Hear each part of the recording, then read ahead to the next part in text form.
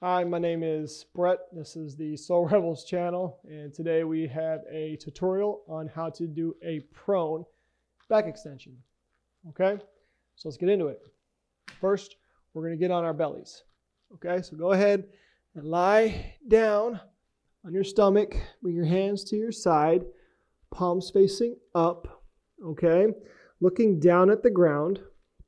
And from here, you're going to lift your chest up and your shoulders and squeeze your shoulder blades.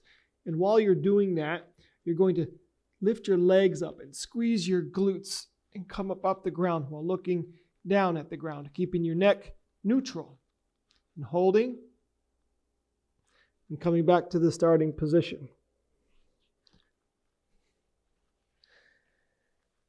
And that is a prone back extension tutorial.